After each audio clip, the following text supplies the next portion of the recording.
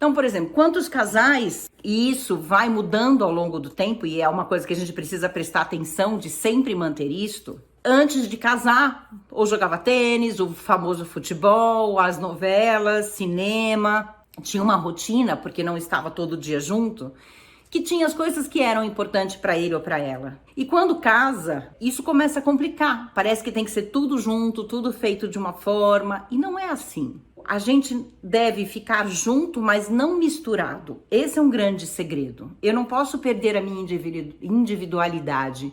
Eu não posso deixar de ser eu mesma dentro da relação. E quando a gente busca isso, a gente precisa ter uma relação que nos dê a liberdade para ser a gente, da forma que a gente é. Não esquecendo que nós vamos falar dos objetivos da relação, que esses objetivos é o que nos une. Agora a gente só está falando do objetivo individual de cada um.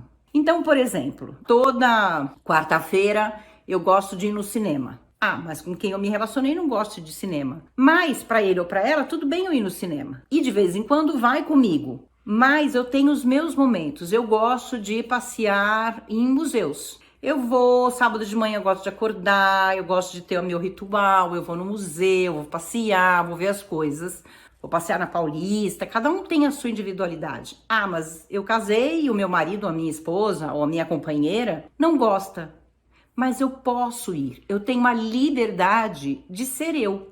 Dentro de uma relação. Outro exemplo, domingo eu gosto de acordar cedo para ver os programas de domingo, tem missa, tem esporte, tem pequenas empresas, grandes negócios, enfim, tem um roteiro de domingo de manhã que eu gosto de assistir. Ou aqueles que adoram maratonar séries. Não necessariamente o companheiro ou a companheira tem que ser grudado e fazendo. A gente tem que ter o nosso momento, o nosso individual. Eu não posso gostar do ovo frito porque o outro gosta. Óbvio que ser companheiro, estar junto, curtir junto é maravilhoso. Quando os dois têm a individualidade, os dois têm objetivos em comum e objetivos individuais, a gente soma na relação e não anula alguém da relação. Porque quando a gente anula, quando a gente distorce esse objetivo em comum, ou a gente impõe alguma coisa no outro, quando a gente torce isso no outro, o outro vai se sentindo aprisionado.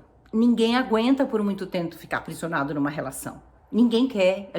O ser humano precisa de liberdade. O ser humano busca essa liberdade.